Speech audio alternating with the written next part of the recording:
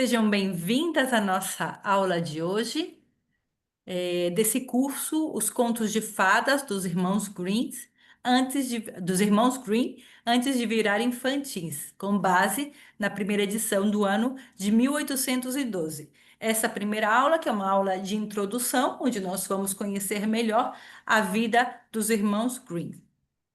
Vou me apresentar para quem está aqui pela primeira vez. Ok. Deixa eu fechar aqui que eu não sei o que eu abri. Para quem está aqui pela primeira vez, eu sou Claudine Bernardes, sou a docente de vocês desse curso. Deixa eu... E sou escritora. Esses livros que vocês observam aqui são alguns dos meus livros publicados no Brasil. Eu vivo na Espanha desde 2005, assim que aqui é muito calor. Estou num calor muito grande aqui. Lembrando que são 5 horas de diferença, que para mim aqui é a meia-noite. Mas nós vamos passar esse tempo juntos e vai ser um tempo bem gostoso, porque nós vamos ver essa história dos irmãos Grimm. Tudo que envolve o mundo Grimm. E quem ainda não me segue no Instagram, aqui está o meu Instagram, vocês podem me seguir, onde nós vemos sempre muitas coisas interessantes sobre o mundo dos contos. Por que esse curso? Por quê? Eu creio que Eu creio que quem trabalha com contos, quem utiliza o contos de forma geral, tem que estar sempre buscando se capacitar e se especializar. Para mim, isso é essencial. Eu sempre estou me capacitando, eu sempre estou buscando mais informação, eu sempre estou estudando. Para mim, eu nunca paro de estudar nesse âmbito dos contos, porque assim, ó, é tão amplo, é tão cheio de novidades, de estudos, de aprofundamento, que eu estou sempre buscando coisas novas. E como vou encontrando coisas novas, também vou trazendo para os meus alunos, né? No caso da conto-expressão, para quem faz o curso da conto-expressão comigo, e também para criar novos cursos como esse, né? Esse curso sobre os irmãos Grimm. Então, eu creio que é interessante para que nós possamos fortalecer o nosso currículo e evitar erros na hora de utilizar os contos, né? Eu já vi muitos profissionais que trabalham com contos dizendo barbaridades e fazendo algumas barbaridades. Então, para evitar as barbaridades, é bom a gente se especializar e entender melhor. Também ter recursos fiáveis, ok? Tudo que eu vou falar para vocês hoje foi contrastado, foi estudado, eu utilizei bases sólidas, investiguei bases sólidas, ok? Depois eu vou mostrar para vocês as minhas bases, tá certo? E também conhecer melhor os simbolismos dos contos e como eles foram evolucionando. Isso é interessante, né? Outro dia eu estava numa conversa com algumas pessoas e estávamos falando sobre contos e nós estávamos conversando sobre contos, né? Então, sobre a importância dos contos, é, e e eu fiz um comentário com uma pessoa, inclusive sobre algo que nós vamos tratar hoje, né? E eu falei assim: mas o conto dos irmãos, nos contos originais, né, na versão de 1812, é, quem era madrasta, na verdade, não era uma madrasta, era uma mãe. E, e a pessoa com a qual eu estava conversando me falou assim: Nossa, é a primeira vez que eu converso com alguém e que sabe desse dado, né? Que sabe dessa informação, porque a maioria das pessoas não sabem disso. E eu disse para ela: não, mas o meu trabalho é saber disso, porque eu sou especialista, ok? Então, como especialista, nós temos que saber dados fiáveis e que possam aportar algo ao nosso trabalho, porque isso aporta muito ao nosso trabalho, conhecer esses dados, né? Então, ter acesso também à primeira versão dos contos dos irmãos Grimm e saber como eles chegaram até nós e como chegaram. Isso é importante saber. Por que houve algumas mudanças? Por exemplo, ok, se eles resolveram trocar aquelas que eram as mães má em algumas versões trocaram pela madrasta, por quê? Qual foi a razão disso? Entender isso vai nos ajudar a saber por quê e se essa mudança ela é boa ou não é boa, ela é correta ou não é correta, ok? Esse curso ele vai ampliar o seu repertório de contos e você se sentirá mais segura na hora de escolher e trabalhar com os contos de fadas, ok? O que para aquelas que adquiriram o curso na Hotmart, o que que vocês vão encontrar? Fechar o áudio, por favor. Quem está com o áudio Tem aberto, por favor, site. fechar. Tem site, eu já olhei lá. E eles entregam, não entregam aqui em Maringá, mas você pode retirar na loja. Você Por tá Vai favor, vendo? quem sendo. Eu está. fiz lá nele. Eles não tinham aquele mesmo, mas ele é a mesma marca. Tinha o Nogueira, que é um pouco Gente, mais você que escuro. está tentando descobrir quem está com o áudio aberto. É que ele? Para retirar lá em Alvorada do A Sul, não ver, paga por nada. favor, quem está com o áudio Tá aberto, fechar o escrito áudio. Ana. O Ana da Ana Bono. Boldrin. Ok, fechado. Ok, e seguimos. Então, o que você vai encontrar na plataforma? Na plataforma, você vai encontrar a gravação dessas aulas de Zoom, ok? De todas as aulas, não somente as de hoje, as que virão também. Também aulas extras. Eu vou colocar lá no Zoom 2 aulas mais, ok? Que eu considero importante para que vocês possam entender tudo o que nós vamos fazer aqui. Vamos falar aqui. Então, vejam todo o material que está lá.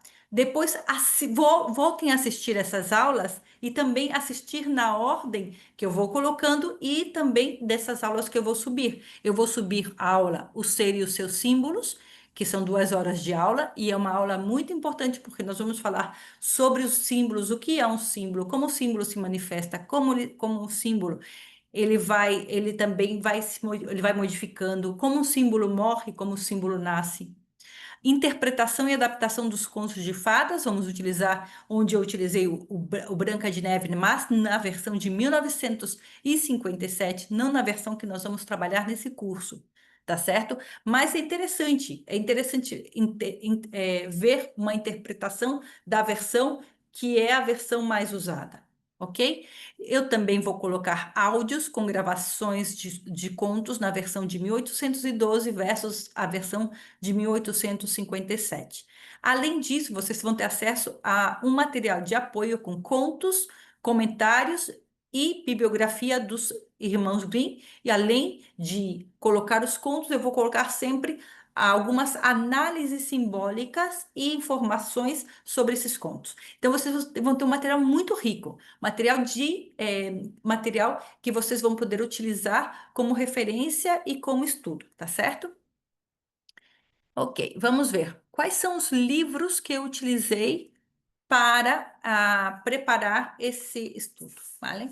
Os 2 livros mais importantes são esses aqui, tá certo? Esses dois.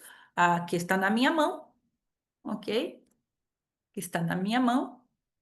E essa é uma versão em castelhano, foi publicado aqui na Espanha, Los Cuentos de los Hermanos Grimm, tal como nunca te foram contados, a versão de 1812, ok?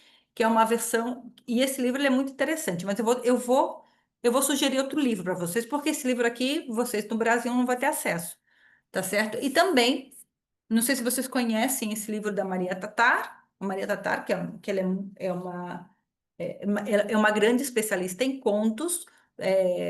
Em português, eu não sei se ele tem, tá certo? Se chama Los Cuentos de Hadas Clássicos Anotados de Maria Tatar. Tem livros dela publicados no Brasil, mas não sei se esse tem disponível. Se vocês estão vendo ele na minha mão, ele é um livro muito grande, ok? Eu vou deixar de compartilhar para mostrar o livro como ele é.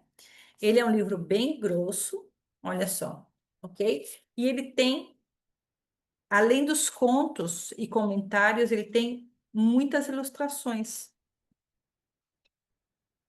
As ilustrações, ok? Fala sobre os ilustradores também. É um livro muito bacana, um livro ótimo para ter de referência. Agora, eu vou sugerir, e agora eu vou passar para vocês a sugestão de 2 livros para que vocês possam conhecer também. Tá certo? Vamos lá. que são esses dois livros aqui, ok? Aqui temos, nessa versão da Paulinas, que são 100 contos, são 568 páginas, mas esse daqui são 100 contos, é, as versões, e essa versão é de 1857, ou seja, é a última versão, tá certo? E não estão todos os contos, porque são mais de 200 contos em total. Em total, aqui eles pegaram os 100 contos mais conhecidos e colocaram nessa versão, tá certo? Essa é a versão de 1857. E esse em vermelho, que é da editora 34, esse livro ele é excepcional, é um livro bem grosso mesmo, ele tem 624 páginas de capa dura, um livro lindo, e ele tem todos os contos publicados na versão de 1812 e 1819, ok? Que juntos formam a, a primeira edição em si, ok? Porque temos depois eu vou falar para vocês sobre as edições para vocês conhecerem mais ou menos, tá certo? Aí vocês vão conhecer todas as edições. E agora eu quero conversar com vocês, agora sim nós vamos começar a nossa aula e quero começar falando sobre os compiladores, para que vocês possam conhecer até que nós chegamos nos Irmãos Grimm, ok? Nós começamos com Jean Battista Basile. Jean Battista Basile, ele foi um escritor napolitano, ou seja, um italiano. Ele viveu de 1575 a 1632. E ele publicou vários gêneros sob o pseudônimo de Jean Aleso Abatutis, ok? E ele compilou e adaptou vários contos orais europeus que foram publicados póstumamente, ou seja, depois que ele morreu. Esses contos foram publicados pela irmã dele, pela Adriana Basile, em 2 volumes, nos anos de 1634 e 1636. Esses contos de Jean Battista Basile, eles não foram pensados para crianças, ok? Com o qual esses contos eles são bastante crus, bastante eh, fortes, alguns deles, tá certo? Depois nós também temos depois nós já entramos em Charles Perrault, que todas devem conhecer. Ele viveu entre 1628 e 1703. E em 1695, aos 67 anos, ele perdeu seu posto como secretário, então, já idoso, ele resolveu registrar as histórias que ouvia da sua mãe e nos salões parisienses. Naquela época, eles se reuniam muito em salões, em festas, em salões, para contar contos. Ali também era onde viviam na época das Preciosités. Vocês já escutaram falar das Preciosités? As Preciosités era um grupo de damas da sociedade, muito bem educadas, que elas escreviam e contavam contos. E Charles Perrault era amigo delas. Então ele escutava muitos contos. Inclusive, a Bela e a Fera foi escrita por uma dessas mulheres, ok? Então, Charles Perrault, ele compilou diversos contos e fez uma publicação, também não pensada para crianças, tá certo? E então vem os Irmãos Grimm, aí nós saltamos, né, de 1703, quando morre Charles Perrault, nós já vamos para os Irmãos Grimm. O primeiro deles, que é Jacob, que é o mais velho, nasceu em 1785. Wilhelm nasceu em 1786, eles têm um ano de diferença.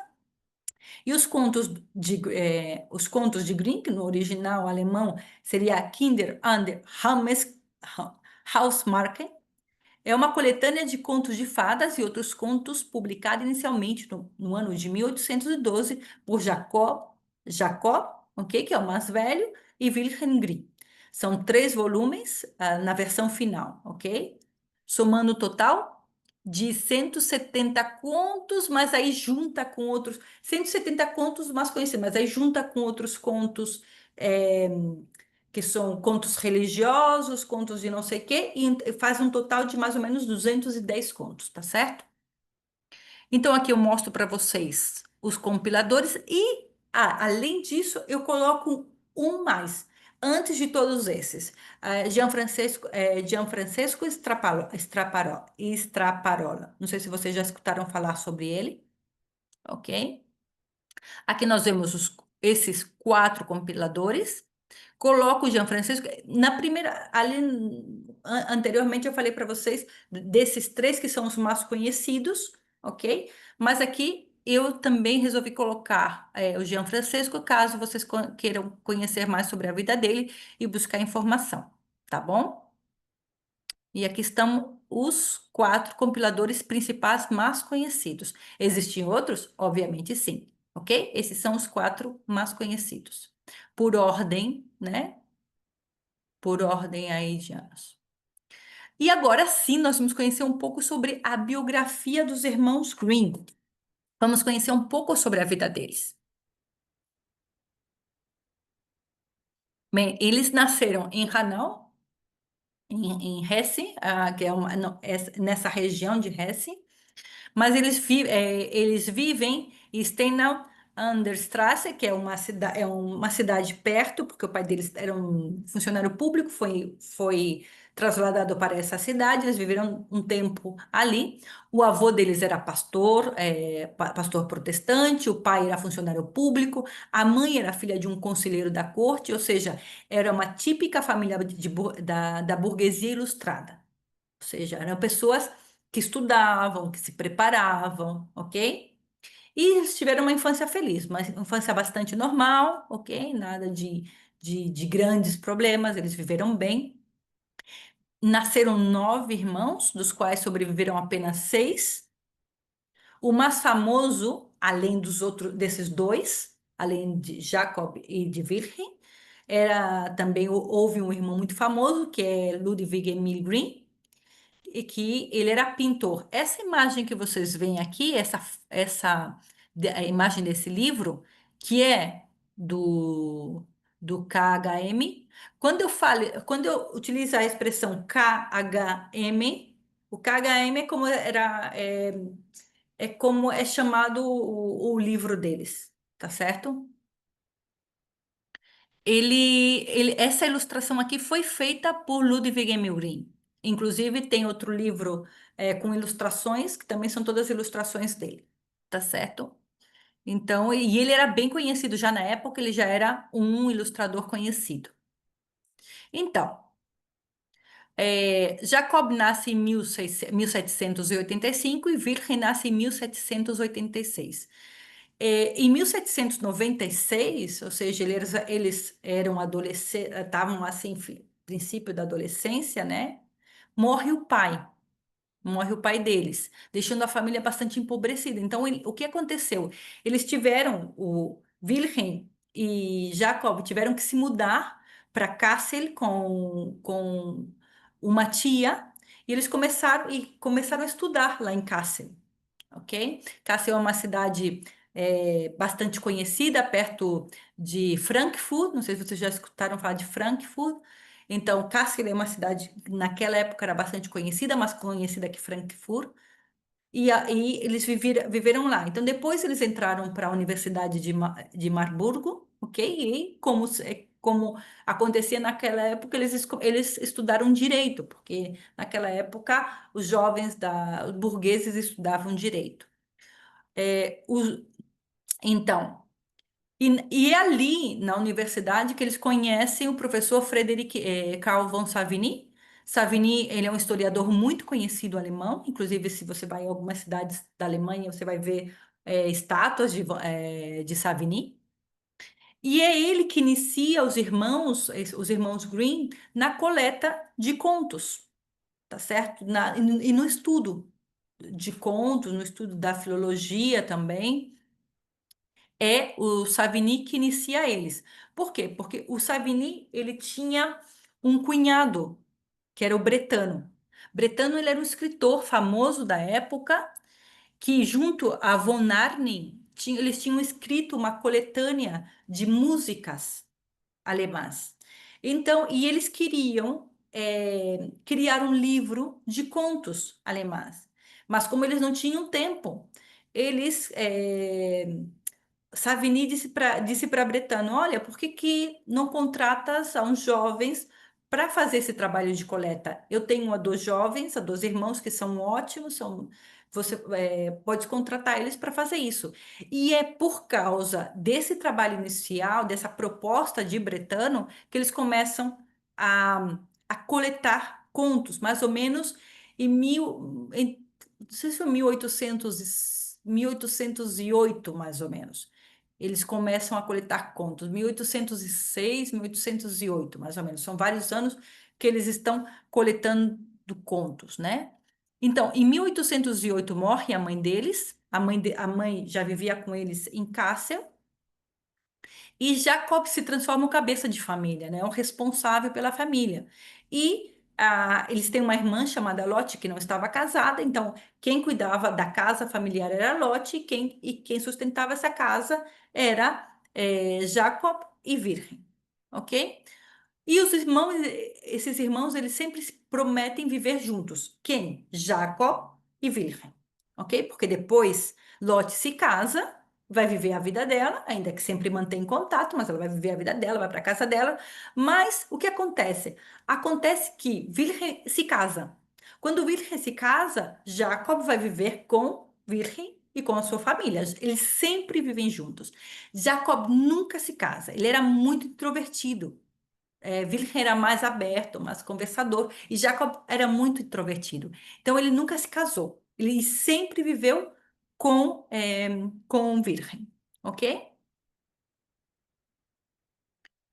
Então, e aqui tem mais um montão de histórias que acontecem. Tá certo? Aqui no meio disso aqui acontece um montão de histórias más, tá certo? Por exemplo, eles são, ao que eles se dedicam? Eles ganham dinheiro recopilando contos? Não. Eles são bibliotecários, são professores, ah, inclusive Jacob vai para a vida pública como político, tá certo? E na época deles já são bastante conhecidos, ok? E eles morrem, ok? Wilhelm é quem morre primeiro, no ano de 1859. Jacob morre uns anos depois, em 1863, sendo sepultado ao lado do irmão no cemitério de Berlim. Ali, porque depois eles vão viver em Berlim, porque eles são expulsados da onde ele vivia. Eles, eles eram professores na Universidade de Gotinga e acontece eles querem fazer, eles fazem um documento reclamando porque o rei da época estava fazendo algo que não estava bem e eles são expulsados, eles são conhecidos como os Sete de Gotinga e são expulsados e então eles são convidados a ir a Berlim e vivem em Berlim até morrer, ok? Então, quem são os Green? Os Green, eles foram filólogos, linguistas, estudiosos de mitos, lexicógrafos e folcloristas. Na sua época, eles já eram famosos. Não é que eles ficaram famosos depois, não. Na época deles, eles já eram famosos. E não eram famosos somente por causa dos contos. Eles escreveram um montão de coisas mais. Em total, eles têm mais ou menos umas 700 publicações. Tá certo? Agora, o grande sucesso deles, obviamente, ocorreu a partir da publicação dos contos. E foi da publicação de 1812? Não, não foi da publicação de 1812, porque essa publicação foi um fiasco. Depois eu vou explicar por quê, ok? A publicação da primeira versão, que continha 87 ou 86 contos, foi um fiasco, tá certo? Aqui, 86 contos. Então, conhecemos um pouco da vida dos irmãos Grimm. Agora vamos ver um conto, né? Vamos ver um conto. Sobre o que vai falar esse conto? Aqui, esse conto se chama A Serpente Branca. Eu gostaria de saber se vocês já escutaram falar desse conto, A Serpente Branca. Coloquem ali, coloquem aí nos comentários se vocês já escutaram falar desse conto, A Serpente Branca. Vamos lá, quero escutar de vocês, quero ler vocês, se vocês já escutaram falar. E é um conto muito interessante, é um conto incrível, porque esse conto tem de tudo. Tem rei, tem príncipes, tem princesa, tem pessoa humilde que da não realeza que quer chegar à realeza, tem três como símbolo, tem trabalhos impossíveis, ajudantes, terra, água e ar, ascensão social, ou seja, é um conto que tem de tudo. E um conto muito interessante. O conto bem legal mesmo. Então, eu vou ler para vocês agora este conto, vou deixar de compartilhar e vou ler para vocês esse conto e vocês têm que descobrir se essa versão que eu vou ler, ela pertence à versão de 1812 ou à versão de 1857, ou seja, a última versão, tá certo? Vamos para lá. A Serpente Branca. Sobre a mesa do rei, todos os dias, à hora do almoço, era colocada uma travessa coberta, e quando todos já haviam saído, o rei comia sozinho daquela travessa. Não havia uma única alma em todo o reino que soubesse o que havia dentro dela. Um dos criados ficou curioso para saber o que aquela travessa continha, e, embora o rei tivesse mandado que ele apenas a retirasse, não conseguiu resistir. Levou-a para o seu quarto e levantou a tapa. E ao fazer isso, viu lá dentro uma serpente branca. Ao vê-la, sentiu também vontade de comê-la. Então, cortou um pedaço e comeu.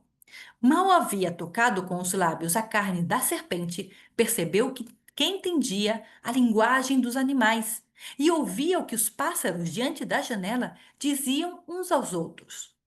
Naquele mesmo dia, desapareceu um dos mais belos anéis da rainha, e as suspeitas recaíram sobre o criado. O rei declarou que, se ele mesmo não encontrasse o ladrão até o dia seguinte, seria punido como se ele próprio tivesse cometido o crime. O criado ficou muito triste e saiu para o pátio do palácio. Lá, viu os patos descansando na água e, enquanto os observava, ouviu um deles dizer: "Ah, estou com uma dor enorme no estômago. Comi um anel que a rainha perdeu." Então o criado agarrou o pato e o levou até o cozinheiro. "Mate esse pato, veja como está gordo." O cozinheiro cortou-lhe o pescoço, abriu-lhe a barriga e lá estava o anel da rainha. O criado levou-o ao rei, que ficou admirado e contente, e sentindo remorso por ter sido injusto, disse: "Peça-me o que quiseres, e ocuparás o cargo de honra que desejares em minha corte." Mas o criado, apesar de jovem e belo, recusou tudo aquilo. Estava triste e não queria mais permanecer ali. Pediu apenas um cavalo e algum dinheiro para sair pelo mundo, e isso lhe foi concedido generosamente. Na manhã seguinte, partiu a cavalo e chegou em um brejo onde 3 peixes estavam presos entre os juncos, lamentando-se porque morreriam ali se não voltassem logo para a água. Ele desceu do cavalo, soltou os peixes dos juncos e os colocou de volta na água. Os peixes exclamaram: "Nos lembraremos disso e te recompensaremos." Seguiu cavalgando e logo ouviu o rei das formigas gritar: "Vai-te daqui com esse animal enorme! Ele vai esmagar todas nós com suas patas gigantes." Então ele guiou o cavalo para outro lado, e o rei das formigas lhe gritou ao longe: "Nos lembraremos disso e te recompensaremos." Mais adiante, chegou a uma floresta onde alguns corvos estavam expulsando do ninho seus filhotes, dizendo que já estavam crescidos o suficiente e que tinham que aprender a se alimentar sozinhos. Os filhotes estavam caídos no chão, gritando que morreriam de fome, pois suas asas ainda eram curtas demais para voar e buscar alimento. O jovem então desceu do cavalo, sacou seu punhal, matou a montaria e lançou o corpo aos corvos, que logo vieram aos saltinhos, comeram até se saciar e disseram: nos lembraremos disso e te recompensaremos." Continuou caminhando até chegar a uma grande cidade, onde havia um anúncio: quem quisesse desposar a princesa deveria cumprir uma tarefa que ela ordenasse. Se não conseguisse, perderia a vida. Muitos príncipes já haviam tentado e todos haviam morrido. Por isso, ninguém mais se atrevia. Mas o jovem decidiu tentar e se apresentou como pretendente. Conduziram-no até o mar, lançaram um anel na água e disseram que ele deveria recuperá-lo. Se voltasse sem o anel, seria atirado ao mar e lá morreria. Enquanto estava parado na praia, chegaram os peixes que ele havia salvado, e o do meio trazia uma concha no bico. Dentro da concha estava o anel. O peixe depositou a concha aos pés do jovem. Ele se alegrou muito, levou o anel ao rei e pediu a mão da princesa. Mas ao saber que ele não era príncipe, ela não quis aceitá-lo. Espalhou pela relva 10 sacos de penso ou de milho e disse que ele só poderia desposá-la se recolhesse todos os grãos, sem faltar nenhum, antes do amanhecer. Naquela noite, chegou o rei das formigas com milhares de formigas que o jovem havia poupado. Juntas recolheram todo o penso e o colocaram nos sacos antes que o sol nascesse. Quando a princesa viu aquilo, ficou muito surpresa. Trouxeram um jovem diante dela, e como ele era belo, ela gostou dele, mas ainda impôs uma última tarefa. Ele teria que conseguir uma maçã da árvore da vida.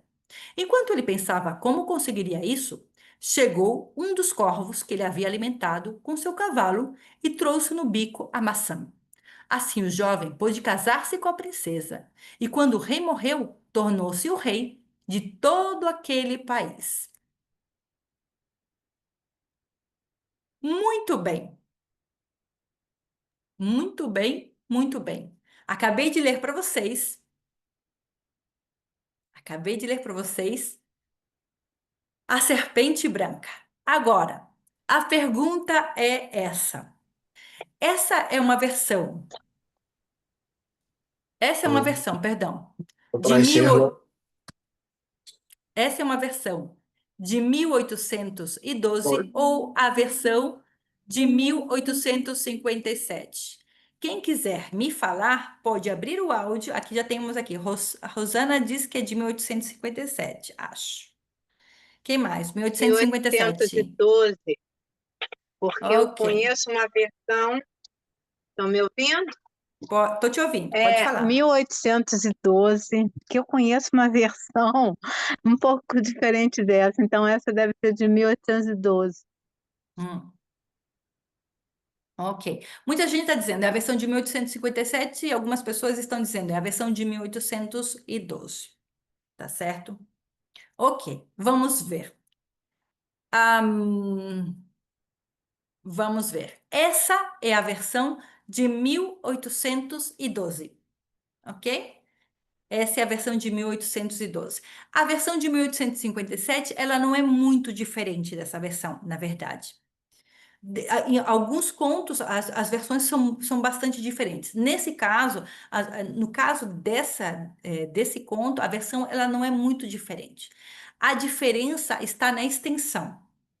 Como eu vou explicar para vocês, nós vamos estudar exatamente isso, que a versão de 1812 ela é muito mais concisa. Se vocês observarem, o conto já começava diretamente falando de um rei que queria comer, que todos os dias comia uma coisa tal.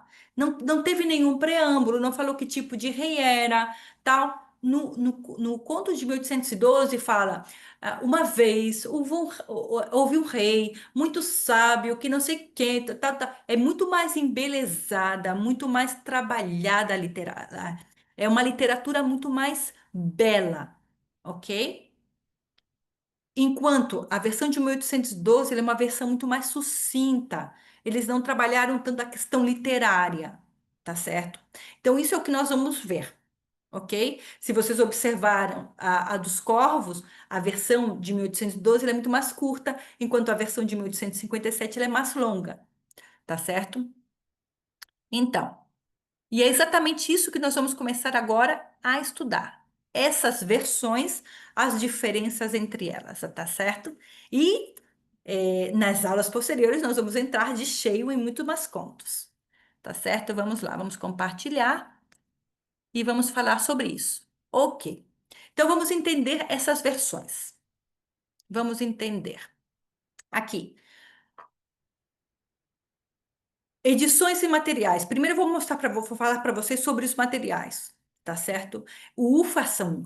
O Urfassum é o material que foi enviado para Bretano. Ou seja, quando eles começam a recopilar esses contos, eles enviam para Bretano, mais ou menos em 1811, 1810, 1811, eles enviam um material com resumo de cada conto. Por quê? Eles escutavam os contos, resumiam esses contos e enviaram para Bretano 46 contos. Tá certo? Então, esse material que é chamado da versão primitiva é o Urfassum. E esse material é muito importante porque ele é utilizado para fazer as comparações entre a primeira, eles pegam esse material, observam o que foi escrito na versão de 1812 e as modificações que houve nas versões posteriores, tá certo? Então é um material muito importante. Depois nós temos o Nachlass, ok? Ou papéis de legado póstumo, como dizer, a herança, tá certo? Que são materiais com vários contos que não foram usados ou foram descartados, tá certo? Ou seja, que ao final eles não colocaram por algum motivo ou que utilizaram, mas depois tiraram, que descartaram esses contos, tá certo? E depois nós temos o Amerkuchen, ok? Que é um montão de documentos, que é um aparato erudito de anotações historiográficas e filológicas sobre origens e fontes dos contos, que no início esse material era publicado junto com os contos. Mas então era um material que quem naquela época ia ler os contos não se interessava por isso. Então esse material ele perdeu o interesse por parte das editoras de publicá-lo, tá certo? Mas é um material muito importante, porque principalmente é um material criado por Jacob Grimm. Porque Jacob era realmente quem fazia toda essa parte de estudos, tal. Depois eu vou falar sobre isso, mas Jacob era o mais erudito dos dois, tá certo? Entre Wilhelm e Jacob, Jacob era o mais erudito. Então, esses materiais de anotações, geralmente eles eram produzidos mais por Jacob que Wilhelm, tá certo? Então, eles já não fazem mais parte das publicações. E depois, aí nós já entramos nas publicações dos contos. A primeira edição, que é essa edição que eu tenho nas mãos, foi publicada no ano de 1812. É o primeiro volume, ok? Continha 86 contos, tá certo? 86 contos. Todos eram contos de fadas? Não. E depois nós vamos falar sobre essa questão de contos de fadas com os irmãos Grimm, vale? Com os irmãos Grimm. Vamos entender isso. Depois dessa primeira edição de 1812, eles publicam o volume 2 em 1815, que é, que é, onde eles acrescentam mais 70 contos, tá certo? Aos 86 contos, eles acrescentam 70 contos, totalizando 152 contos entre as duas edições. Aqui, não foi revisado o primeiro volume, tá certo? Aqui não acontece uma revisão do primeiro volume, eles simplesmente fazem uma publicação complementar, tá certo? É importante dizer, porque eu expliquei para vocês, que eles começaram a compilar esses contos não para eles começaram a compilar esses contos para Bretano e para Akin. O que foi que aconteceu? Que como o Bretano não quis, ao final decidiu, demorou muito para publicar, eles perguntaram se eles poderiam publicar, se ele autorizava eles a publicar. Aí ele disse, não, publiquem vocês que nós não vamos fazer a publicação.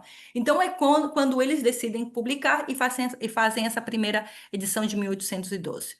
Depois nós temos uma segunda edição revisada no ano de 1819, onde já está o volume 1 e o 2 juntos. Aqui começa um processo de revisão literária e de estilo, ok? Especialmente feita por Wilhelm Grimm. E aqui já começa esse início de um tom mais infantilizado, ok? Nessa versão de 1819. Depois nós temos uma edição especial do ano de 1825, conhecida como Kleine Ausgabe. E essa é a mais popular em vida, porque é uma seleção de 50 contos com ilustrações de Ludwig Emil Grimm, do irmão deles, desses contos. Então, assim, ó, é um livro que fez muito sucesso, tá certo? E aqui é importante dizer que aqui Jacob, ele não quer seguir editando esses contos. Por quê? Porque quando o Jacob vê que Wilhelm ele quer fazer modificações nos contos, Jacob não está de acordo com isso. Tá certo? Então, o que que faz? Jacob se cuida mais de fazer a parte de estudo, de comentários, mas ele não faça as modificações nos contos, tá certo? E aqui é quando começa a surgir o estilo Green, tá certo? Por quê? Porque aquela parte primitiva, a Urfagan, era uma parte muito primitiva, não existia um estilo literário ainda.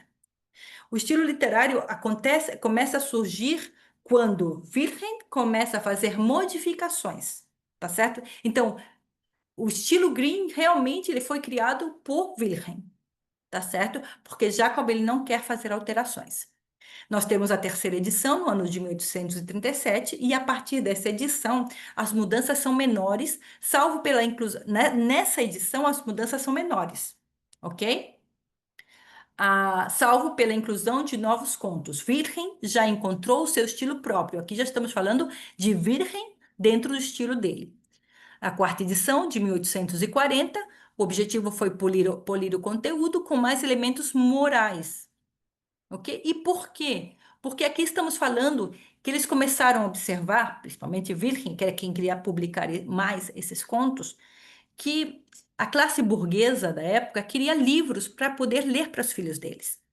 Então, os livros ficaram muito famosos para começar a ler para essa classe burguesa, mas classe burguesa de base religiosa. Então, eles tiveram. Wilhelm começou a fazer modificações, incluindo temas moralizantes, fazendo modificações, ok? Que algumas foram positivas, outras não tanto, mas deixou o conto muito mais belo, ok? O conto muito mais belo. Isso significa que essa versão não é bela? É belíssima, eu gosto muito dessa versão. Mas, realmente, como, é, como literatura, as versões posteriores são muito mais belas, ok? Depois nós vamos ver exemplos. Aqui nós temos a quinta edição, onde novamente são introduzidas algumas melhorias e mudanças em certos contos. E a sexta edição de 1850, ele sempre vai fazendo pequenas modificações, ok? E a última edição é de 1857, porque em 1863 morre Wilhelm, não, em 1859 acho que morre Wilhelm, não? Conhecida como Ausgabe letzter Hand, edição de última mão, ou seja, porque é a última modificação que Wilhelm faz, tá certo? É a que se usa hoje em dia por ser a mais completa, são 200 contos, mais 10 lendas religiosas. No percurso foram adicionados e suprimidos muitos contos e os demais foram fortemente reelaborados. Por exemplo, foi tirado Gato com Botas. Gato com Botas já não aparece mais nessa versão. Também foi tirado outro conto muito conhecido, o Barba Azul foi retirado. Por quê? Porque eram contos que claramente vinham da França. Eram contos que claramente tinham. Eu vou explicar por quê que muitos contos, na verdade, são contos que eram recontos de contos franceses, tá certo? Então, anotaram aqui tudo direitinho para eu poder seguir? Então, vamos seguir.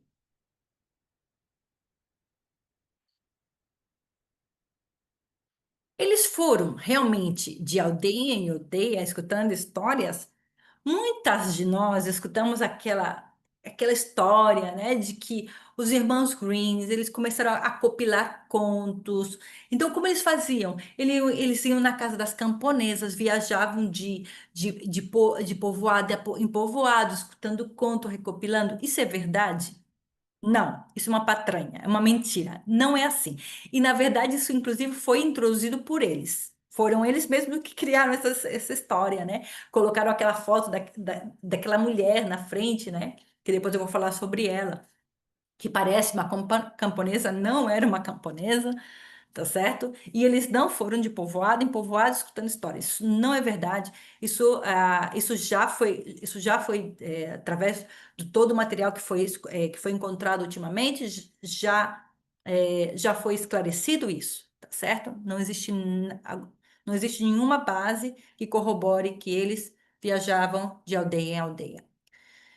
Então, na realidade, Jacob e Wilhelm Grimm, eles não viajavam tanto assim para recolher os contos. Eles eram estudiosos e trabalhavam principalmente em bibliotecas e universidades. A maior parte das histórias foi contada a eles por pessoas da sua própria rede social, ou seja, do seu próprio círculo social, especialmente mulheres de classe média e aristocrática, muitas descendentes dos huguenotes franceses. Quem eram os huguenotes? Os huguenotes eram protestantes que em 1650 e algo foram expulsos da França, ok? E se trasladaram a, muitos se trasladaram à Alemanha, a Alemanha, e na Alemanha eles viviam ali, inclusive muitos deles, dentro da família, só falavam no idioma original, ou seja, em francês, tá certo? Então, imagina, eles conheciam, esses que foram indo para a Alemanha, eles conheciam o conto de quem? Eles conheciam os contos de Perrault, tá certo? Então, e eles conheciam esses contos por tradição familiar, mesmo com raízes no folclore popular, eram contos que eram contados na família, tá certo? Então, e agora nós vamos conhecer quem eram essas pessoas, quem eram essas pessoas chamadas informantes. Informantes é como se chamava as pessoas, essas pessoas de quem eles coletavam os contos, tá certo? É importante dizer que nem todos os contos vinham de informantes, porque na primeira parte da coleta dos contos, eles fizeram nas bibliotecas. Ok? Eles primeiro começaram coletando conto nas bibliotecas, contos escritos já por outros autores, tá certo?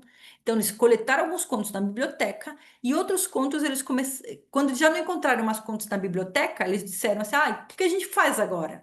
A gente não encontra mais contos nas bibliotecas. Então, alguém falou para eles assim: ah, pois eu conheço uma família onde entre eles se contam muito contos. Então, eles começaram a marcar chás da tarde, ok? Cafés da tarde assim, para conversar sobre contos e para contar contos. E eram nesses momentos onde eles coletavam os contos. Então, aqui nós temos quem? As irmãs Hassenploff, ok? Ou nessa família, ok? Aqui nós temos essa daqui de negro é a Amélie e a outra, a da direita é a Marie, ok? As primeiras informantes dos irmãos Green foram as três jovens irmãs Hassenpflug, Amélie, Jeannette e Marie. Com elas, os Green mantinham uma espécie de chá literário desde 1808. O pai era um alto funcionário e a mãe tinha ascendência huguenote. Ou seja, na casa dela se falava em francês, tá certo? E elas eram de descendência, descendentes de franceses, tá certo? Inclusive, essa jovenzinha aqui foi quem contou, a Marie, foi quem contou para os irmãos Grimm o conto da Bela Adormecida, ok? Aqui quem mais temos? Essa aqui é a mais conhecida, essa aqui é a informante mais conhecida, a Doroteia Wirman. Qual é a origem dessa mulher? É importante nós conhecermos a origem. Depois eu vou falar por que é importante. Era filha de um estalajadeiro, ou seja, de um dono de uma estalagem, de origem huguenote, francesa protestante, morava perto de Cássio, ou seja, ela não morava no campo longe. Só que ela não era uma campesina como se chegou a pensar. Inclusive, o marido dela era um alfaiate. O que foi que aconteceu? Na verdade, ela estava passando por um mau momento econômico, tá certo? ela passava por um mau momento econômico. Quem apresentou ela para eles foi as irmãs Hasselblad, ok? E ela, o que ela fazia, como estava assim precisando de dinheiro, ela pegava algumas coisas do horto dela, assim, vegetais do horto, e ia vender na feira da cidade. E lá eles iam conversar com ela, inclusive ela também ia na casa deles escutar. Ela se sentia muito bem porque eles tratavam ela bem, eles eram sempre muito amáveis com ela, e em troca de escutar de que ela contasse que ela contasse os contos para ele, eles davam assim uma calça velha, davam alguma coisa de comer, ok? Para ela.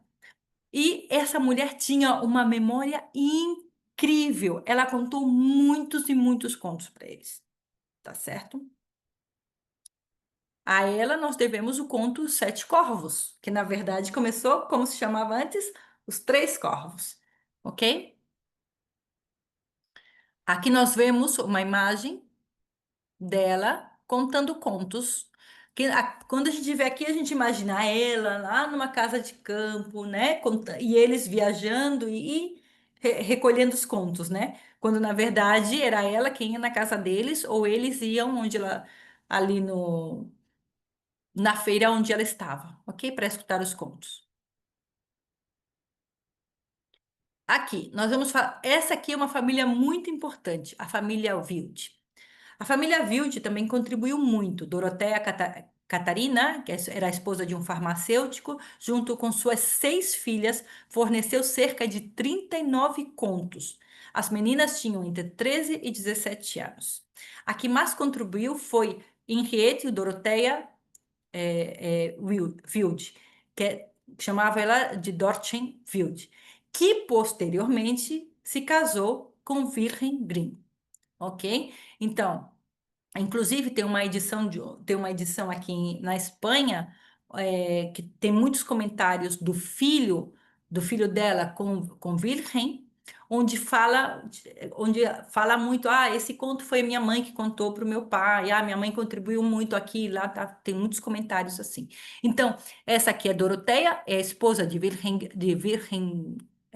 Grimm, e ela contribuiu muito, ela contou muitos contos, mas a família dela também. E ela também era de família huguenote, tá certo? Aqui. Aqui nós temos Frederic Manel. Essa jovem, ela foi criada no campo, o pai dela era pastor, ok? Ela não era de origem huguenote, tá certo? Porém, o pai dela sim que tinha. Ela contava contos também. Mas esses contos de onde vinham? Esses contos eram contos que ela escutava em casa, tá certo? Ela não era de origem huguenote, mas o que acontecia? O pai dela dava aula para as famílias huguenote, ok? Então, o pai dela escutava muitos contos dos alunos e acabava contando em casa, então sempre tem aí, né? Então, e também nós temos homens, também nós temos homens. Nós temos Ferdinand Jacob Christina Sieber, ok? Que era o filho de um reitor. Nós temos Johann Friedrich Krause, que era um guarda de dragões. Já ouviram falar de guarda de dragões? Essa expressão? Um guarda de dragões não é um guarda que cuida de dragões. Um guarda de dragões era um tipo de. Naquela época, era um soldado que era preparado para a guerra utilizando cavalo, ou seja, utilizando montaria e guerra e batalha corpo a corpo. Se chamava de guarda de dragões. E era o mais pobre de todos. De todos esses que eu falei agora, ele era o mais pobre. Tanto que eles não costumavam pagar para os informantes, mas tanto para Doroteia, para a Doroteia, a primeira Doroteia, como para Johann, eles davam coisas para eles, tá certo? Em troca de escutar os contos. E Philipp Otto Range, que foi um homem muito cultivado e um pintor reconhecido naquela mesma época, tá certo? Então, por quê? Por que é importante conhecer os informantes? É muito importante conhecer os informantes, porque eles eram quem realmente relatavam os contos, né? Então, porque conhecemos também como se chegou aos irmãos Grimm, que os irmãos Grimm não foram de aldeia em aldeia, já que esses informantes eram das redondezas de Cássia. Também, que a maioria dos informantes eram pessoas instruídas que faziam parte do seu círculo social, que, sendo a maioria de origem huguenote religiosos, não incluíam palavras de baixo calão, muito comum nos contos populares. Então, já que já existia um primeiro crivo nos contos, por parte dos próprios informantes, que já não utilizavam esse linguajar do povo, ok? Já cuidavam o que falavam, como o que falavam, né? Principalmente jovens mulheres muito bem instruídas, ok? E sendo de origem huguenote francesa, muitos contos realmente não são de origem popular alemão, e sim franceses, ok? Muito bem. Então, para a nossa próxima aula, recordando que não vaiam embora, que nós vamos dar continuidade, tá certo? Para a nossa próxima aula, nós vamos fazer uma análise dos três corvos, leitura e análise do conto Os Três Corvos, porque de 3 a 7 corvos, a diferença entre uma versão e outra, conhecendo o gênero Grimm, como surgiu e quais são as suas características. E agora eu gostaria de saber se vocês querem me fazer alguma pergunta antes de terminar essa primeira parte da nossa aula. Se vocês quiserem fazer alguma pergunta, vocês façam. Na verdade, é que não tem muita coisa que perguntar, porque essa é uma parte de introdução onde eu vim apresentar mais a vida dos irmãos Grimm, né? Nós não entramos muito na parte de contos, ok?